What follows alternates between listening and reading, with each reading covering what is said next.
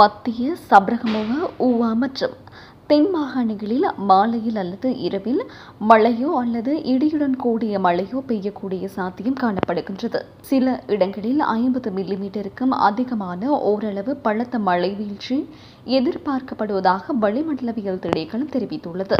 வடக்கு மற்றும் வடமேல் மாகாணங்களில் பல தடவைகள் சிறிதளவில் மழை பெய்யும் என எதிர்பார்க்கப்படுகின்றது. மேல் சப்ரகமுவ மற்றும் மத்திய மாகாணங்களிலும் காலி மற்றும் மாத்தறை மாவட்டங்களிலும் சில இடங்களில் காலை வேளையில் பனிமூட்டமான நிலை காணப்படும் என எதிர்பார்க்கப்படுகின்றது.